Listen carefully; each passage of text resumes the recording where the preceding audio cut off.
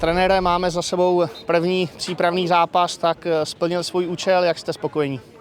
Tak bol to prvý po týždňovej príprave vlastne, takže tie prvé zápasy sú také väčšinou, každý dostal rovnakú minutáž, polčas, jak som povedal, sme sa s tými chlapcami, chceme to navnímať čo najviac, čiže ja si myslím, že veľmi dobrý zápas z hľadiska informácií, dalo nám veľa informácií, samozrejme aj pozitívnych a negatívnych v niektorých veciach, ale to je prirodzené, takže ja som rád, že sme ho odohrali a ideme ďalej v príprave.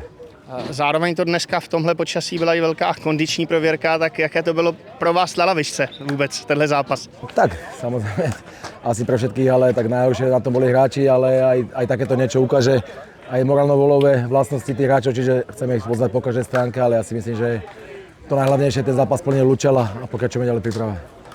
Máte za sebou první týden přípravy, tak jak jste zatím spokojení s tím, jak probíhala, jak k tomu přistoupili hráči? Tak z hľadiska prístupu alebo práce chlapcov nemôžem ani po slovo povedať, takže je to väčšinou prirodzené, keď nový tréner príde, že každý sa chce ukázať, ale tak to má byť, takže je to profesionálny futbal a ja som im povedal, každý môže na seba upútať a ukázať, že tu chce ostať a to je to hlavné, čo chceme vidieť a samozrejme bolo to veľa dobrých vecí, na to sme nadviazali a plus nejaké svoje myšlienky, takže samozrejme je to týždeň za nami, ale ideme ďalej. Jak jste byli spokojení s těmi podmínkami tady v Hrádku nad Nisou? Přišlo i dost diváků se podívat? Tak ja si myslím, že veľmi fajné, výborné ihrisko, takže hovorím jedine tá horúčava, ktorá trošku asi najviac hráčom, ale na druhej strane sú to profesionálni hráči a dobre sa s tým vysporiadali a hovorím, ten zápas plnil účel a pokračujeme ďalej v príprave. Díky moc a ať se dál daří. Ďakujem pekne.